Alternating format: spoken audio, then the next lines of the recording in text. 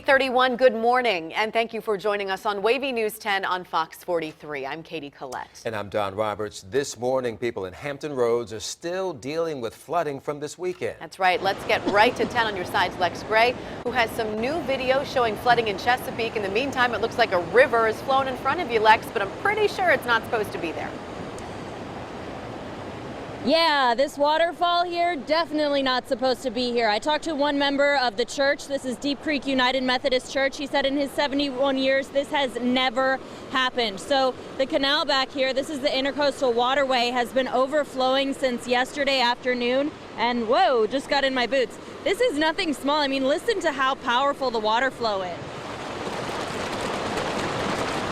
Fortunately, though, it's only about ankle deep, and it doesn't seem to be getting any deeper. We first checked it out at 3 o'clock this morning, and it really has not changed. It hasn't spread to the front part of the parking lot, and that's because, as you can see right in front of me here, the storm drain is working. And then way behind me, it's also flowing back into the lower part of the lock, so we can show you that video of, again, just how powerful that water pressure is and how much foam it's churning up into the air here. So the church members tell me there's really nothing they can do about it at this point. They have opened up their daycare just because it's not going into the building and their front parking lot is still open. So other parts of Deep Creek has been affected as well. We can show you Culpeper Landing. We got some video there earlier today. The water is at least bumper deep in parts, and the water actually seems to be rising there rather than receding. We saw pictures from the neighborhood yesterday, and it didn't seem to be quite as high as it was this morning. Unfortunately, we did see people driving through the neighborhood, which we always encourage you not to do,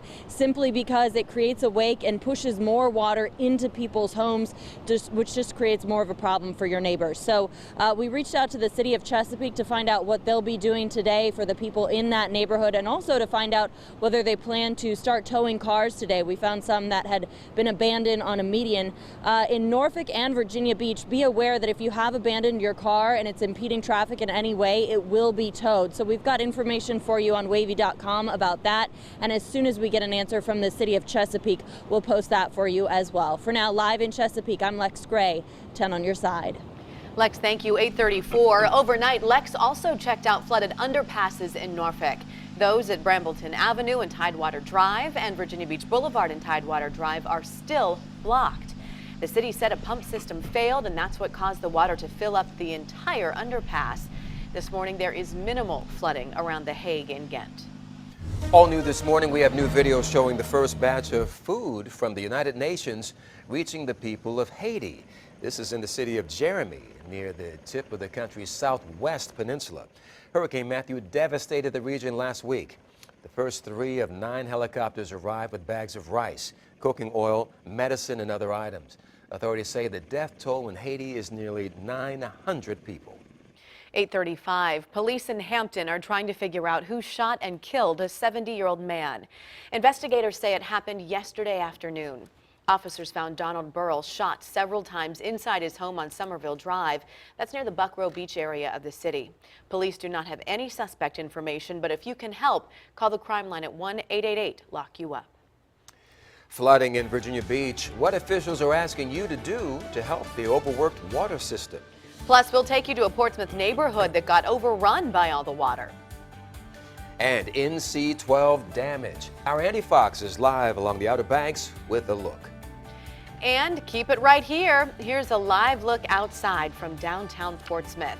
Meteorologist Deidre Tate is updating the forecast as we speak. Find out what you can expect on this Columbus Day.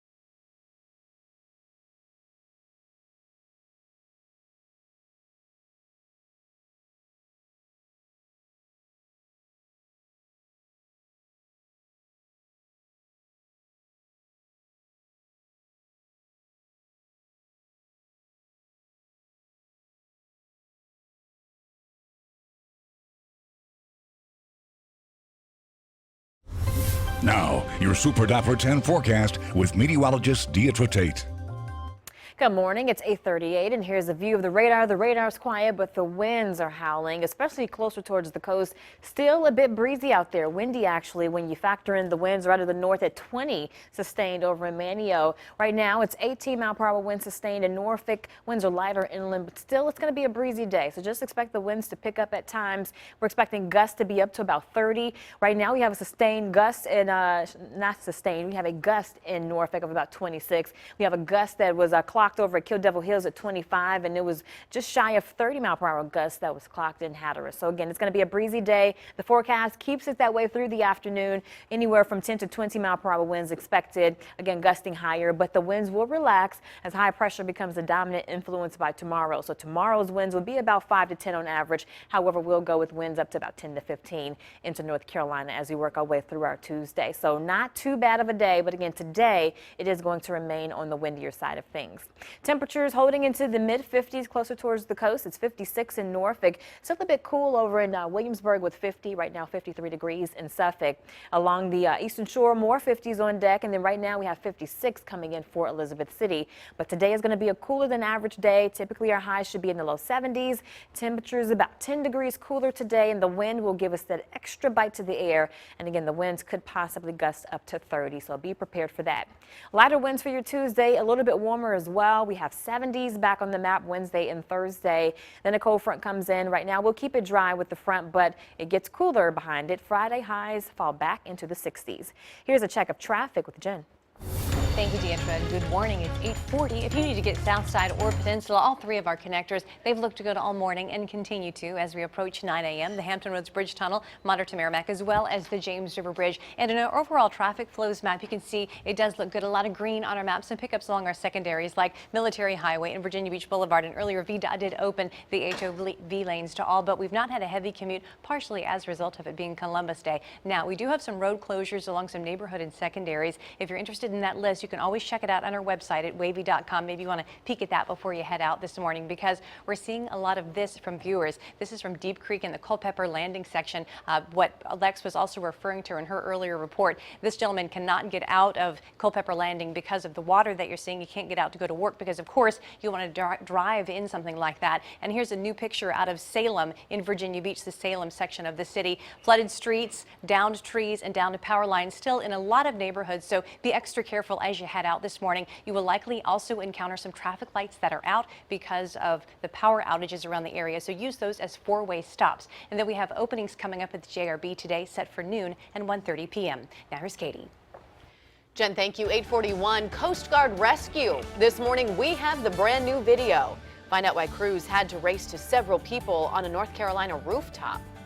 And up next, storm team coverage. Our Andy Fox is on the Outer Banks. This is what we're talking about when we talk about storm surge. He has a live report about road conditions.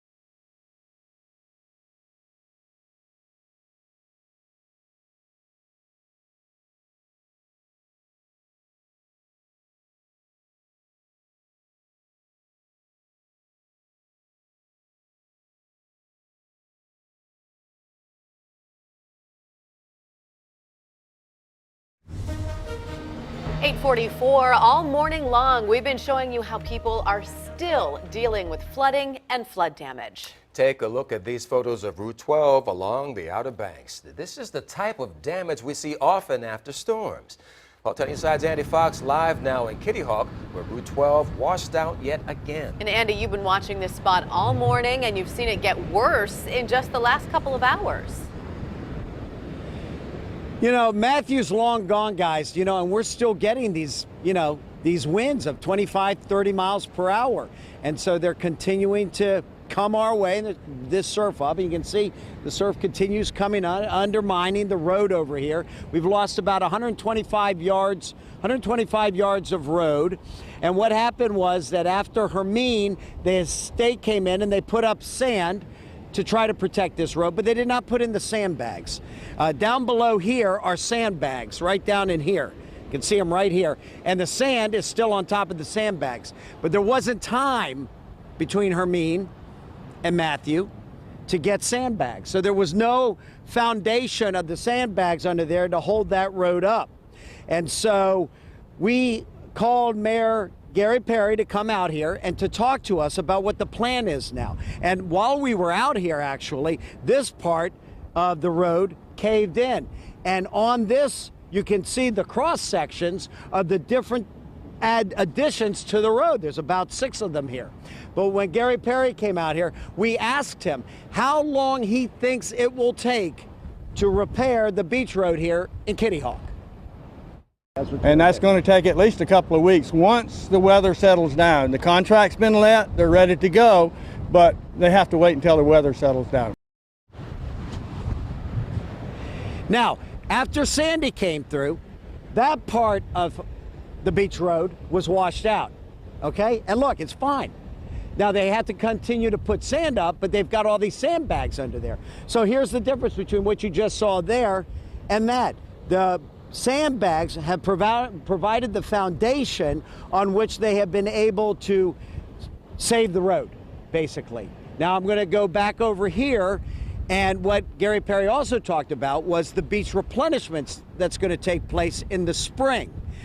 $23 million, and they want to take the beach out about 140 feet, Don, Katie. They want to take it out that way, and that will give more shoreline to get more distance to get the waves to the road. There'll be more distance, so it'll protect. Now I'm going to go back over here, and we're going to go back and show you what happens when you don't have sandbags, okay? That's the way it is. I mean, that's just the way the life is out here. And it should also be noted, as we come right back here, there is the top of a septic system over here, and I point that out because back in the day there were houses all up and down here. But Mother Nature has had her way with the Outer Banks and with Kitty Hawk. And so man continues to try to save what is here, and it appears as though as the progress of that has happened, the sandbags, the sand, and then the beach replenishment will hopefully be the ingredients to save this road so we stop coming out here and telling you that the road has collapsed, is basically the bottom line. Donna, Katie, that's the latest from Kitty Hawk. I'm Andy Fox, 10 on your side. All right, Andy, thanks. Now, we have new video this morning from the Coast Guard showing a rescue in North Carolina. Take a look at this. This is in Pine Tops. That's about 65 miles east of Raleigh. The Coast Guard from Air Station Elizabeth City rescued 8 people who were trapped on top of a roof. Well, Virginia Beach is one of 6 Hampton Road cities that declared states of emergency because of the storm. Now, according to the governor's office, Suffolk, Hampton, Norfolk, Newport News, and Portsmouth are also on that list. In Virginia Beach, officials are asking residents to conserve water. They say the public supply is safe, but all the rain is overworking the wastewater system. To help, the city says avoid excessive water use, postpone doing laundry, running the dishwasher, and excessively flushing the toilet. Well, dozens in the Swanson Homes section of Portsmouth faced serious flood damage. Fire officials used inflatable boats to help nearly 50 people get out of their homes safely and make it to a nearby shelter. Chopper 10 flew over the drenched neighborhood. Some people tell 10 on your side their homes flooded. Others say their cars were destroyed. Officials say despite all of the flood damage, no one in the neighborhood was hurt. I woke up this morning and I saw the cars underwater. People had to move their cars. The rescue squad was out here last night, and it was just amazing. Some of the houses out here did get water in their homes, and I appreciate the way the rescue came out and saved mostly the elder and the kids. But with me, my neighbor, ours didn't get damaged. Now, once again, as we mentioned, and it's important to point out, no one in the neighborhood was hurt due to the storm. Now at 8:49, we check in with Jen Lewis for a look at the roads with time saver traffic. Hey, Jen. Hey, good morning. I wanted to update you about the Berkeley Bridge. We now have an opening scheduled at the Berkeley Bridge. It's set for 9 a.m. That's the icon that you're seeing there. So once again, keep that in mind. If you usually travel the Berkeley Bridge to get into Norfolk or Portsmouth, we'll be opening. But otherwise, it looks fine traveling currently at the Midtown and downtown tunnels. It has all morning, partially because it's Columbus Day. Same thing here at the high-rise bridge. No delays traveling westbound into Portsmouth or eastbound into Norfolk. And further out in the Bowers Hill area, traffic has looked good all morning as well. Same thing with our 3 connectors. And here's a tree down in Chesapeake and power lines down as well. A lot of neighborhoods still dealing with that this morning. A lot of cleanup will be going on today, so always leave plenty of room for crews who have to do this type of work, and use caution as you're leaving your neighborhoods this morning. Still a lot of flooded streets being reported, downed trees, downed power lines, and once again, don't drive through those flooded streets. We've been getting word from folks in Culpeper Landing that it is still terrible out there in that Deep Creek section of Chesapeake. The North Landing Bridge is going to be closed for a number of days for repair work. It will close tomorrow morning at 9 a.m., then reopen 4 p.m. on Friday. And the North Landing Bridge is the one that connects Virginia Beach to Chesapeake there at Mount Pleasant and North Landing. And once again, you will be diverted. You'll have to take the detour, maybe Elbow Road, Kempsville or Centerville to get around that. But it'll be closed for a number of days. And we'll continue to remind you. We also keep that information at wavy.com. And the James River Bridge has a couple of openings too today at noon and 1:30. Now here's Deidre with your forecast. All right, good morning, everyone. It's 8:51. We have a river floods that are out there in terms of the flood advisories and flood warnings because of the rising rivers, and also we're going to be on guard for the tides today. However, specifically the Blackwater River and the Kashai River, both we're expecting to gradually continue to rise through Tuesday. The Kashai River, we're expecting it to get up to about 16 feet. That's major levels. Flood stage for the Kashai River is about 8 feet, so it's well above its banks. And as far as the forecast for the Blackwater River, again, forecast to get up to about 15.7 feet. Lowering, though, gradually as we head towards our Thursday time frame. But if you live around both those rivers, just be on guard. The rivers are still gradually rising. The winds are also a little stronger compared to what we've seen. It's definitely lower, but still it's going to be on the stronger side overall through today, anywhere from 10 to 20 miles per hour, gusting up to 30. Right now, the winds are only about 17 to 18 miles per hour from Elizabeth City to Manio. Similar conditions in Norfolk and a little lighter over towards Hatteras, but the gusts have been up to 30 this morning, down a bit from the past couple of hours. Right now, 26 mile per hour wind gusts were clocked over in Norfolk and about 28 for Cape Hatteras out of the north. We have high pressure moving in, but the pressure difference between that and the remnant area of low pressure affiliated with what was Matthew is pushing away, but the difference between the two, again, is creating the breezy conditions we're going to have for today. But once high pressure settles in, the winds will gradually relax, and that's going to take place by tomorrow.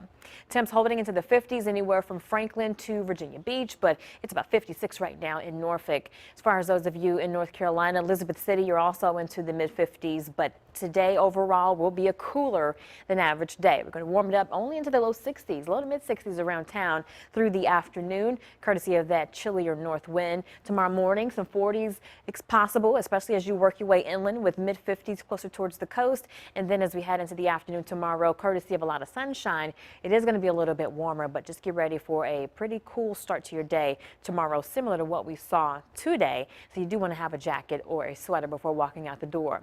Specifically, though, with the tides for Sewell's Point, the next high tide time comes in just before 5, so expect the waters to begin to rise about a couple of hours before then. Expecting minor tidal flooding today, and same deal for Tuesday morning, and then it gets to more nuisance or near minor as we head towards Tuesday afternoon's high tide at about 4.2 feet. For today, though, we're expecting temperatures to actually be in the 60s. This is the wrong today map, but here's a specific look at your highs. We're going to go 62 degrees for a high today. We're looking at 68, though, for tomorrow, so gradual warm up. Again, breezy today, watching out for the next high tide, and we're also going to be monitoring those rivers because, of course, we already still have water ponding on many roads, and that's just not good news. But the rest of the week does look good for cleanup.